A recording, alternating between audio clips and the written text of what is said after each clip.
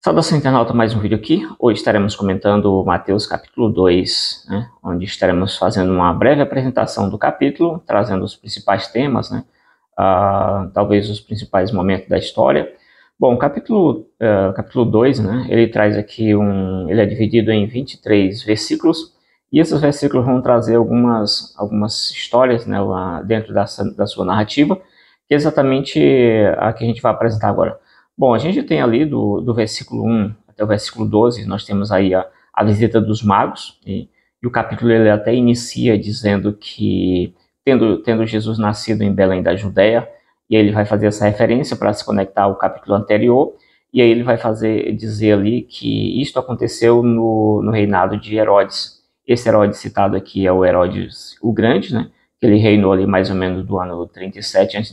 até o ano 4, e esse Herodes é o que vai estar ali no período do nascimento de Jesus. Isso é um indicativo do autor, um indicativo temporal aqui, fazer essa referência, essa conexão temporal. E aí, na verdade, quando o texto fala isso, ele vai dizer ali que os magos vieram do Oriente, esses magos, a palavra grega magos, né? Essa palavra ela pode ser traduzida como os homens sábios que estudam estrelas, mas geralmente ela é designada como está relacionada à astronomia, coisa desse tipo, tá? Então nós temos essa primeira questão aí, que esses magos chegam, quando eles chegam em Jerusalém, guiado ali por uma estrela, eles vão diretamente perguntar ali onde está o rei dos judeus, a criança que a gente viu que nasceu, né? Ele vem ali exatamente procurando essa criança. Jerusalém ciente toda dessa conversa, e o próprio Herodes, que era o rei ali dos judeus, esse Herodes é chamado rei dos judeus ali, pelos romanos, segundo fontes, né? Então o Herodes mandou chamar esses magos ali e reuniu primeiramente ali os sacerdotes, os escribas, né? A expressão às vezes aparece lá, os escribas do povo, porém às vezes ali alguns autores chegam a sugerir que deveria haver no texto ali, em vez de escriba do povo, escribas e anciãos do povo, que é uma expressão parece mais coerente, né, com a questão. Então esses magos chegando ali, o Herodes se reúne com os principais sacerdotes ali, e esses principais sacerdotes, juntamente com os escribas, vão exatamente averiguar a questão de Herodes. Ele pergunta, e aí, onde que deveria nascer essa criança e tal? E aí eles vão dizer, olha, realmente a cidade seria Belém, né? Exatamente onde os magos, essa região que os magos estão aqui agora. E eles estão citando naquele momento ali a profecia de Miqueias capítulo 5, versículo 2, né? Então, essa é a primeira parte do livro, né? E aí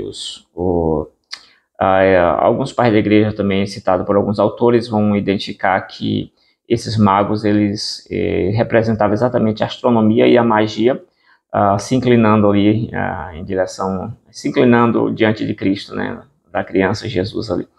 Bom, então essa primeira parte do livro, né, do versículo 1 ao versículo 12, né, isso é exatamente aquilo que está sendo narrado aqui.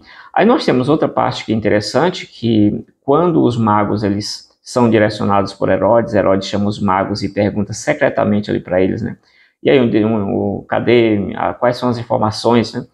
Então Herodes envia esses magos para a região de Belém e diz, olha, quando vocês encontrarem essa criança aí, vocês retornem que eu também quero fazer minhas homenagens, adoração, às vezes como aparece nas nossas traduções. E aí os magos foram, só que quando os magos encontraram a criança em casa, e não mais na manjedoura, mas encontraram em casa, o que demonstra que já havia passado um determinado tempo desde o nascimento. E aí esses magos, né, que é colocado que são 3 magos, por causa dos 3 presentes que eles entregaram, né, distribuíram ali, quando chegaram a encontrar a criança, no caso, ouro, incenso e mirra, que é dito que era um dos presentes mais caros que você tinha naquela região. Então esses magos são direcionados, são avisados divinamente que não devem voltar para Herodes, e eles voltaram por outro caminho. Então a partir desse momento que Herodes ele observa que foi enganado, Herodes ele envia uma ordem para matar todos os meninos de Belém e a circunvizinhança de 2 anos para baixo. Existe uma discussão que ali poderia também ser traduzido por 1 ano para baixo, né? Mas que a tradução nossa aparece ali realmente 2 anos para baixo.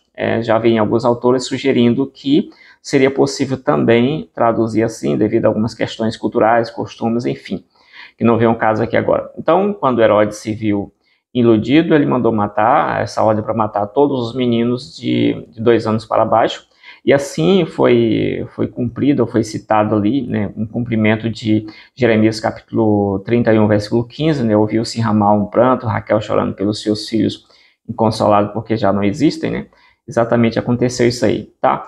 Então, antes dessa ordem, foi dado também uma orientação divina ali para que Jesus, a mãe de Jesus, o pai de Jesus, enfim, né, aquele casal levasse a criança para o Egito. E eles foram para o Egito, e dentro dessa parte do Egito, essa fuga para o Egito, é que a narrativa ela é interrompida, a saída para o Egito, eles desaparecem, esses personagens, e entra a questão dessa matança ali em Belém, tá? Então, dentro dessa parte. A fuga para o Egito, ela vai desde o capítulo, do versículo 13, né, ao versículo 19, e a parte de matança das crianças, ela vai do versículo 16 ao versículo 19, tá?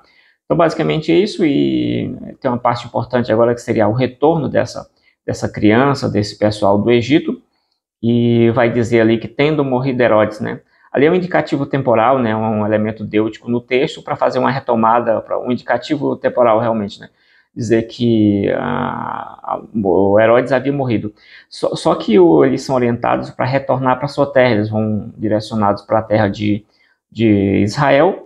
Porém, entretanto, todavia, eles ficam sabendo que o filho de Herodes está reinando ali na Judéia, né, o Arquelau, né? E aí, naquele momento, eles vão direcionado para a cidade de Nazaré. E aí surge talvez o elemento mais importante do capítulo, que seria a questão do Nazareno, né? Ele foi para lá para que se cumprisse a ideia de ser chamado Nazareno, talvez uma relação com Isaías capítulo 11, versículo 2, ali sobre a questão do renovo.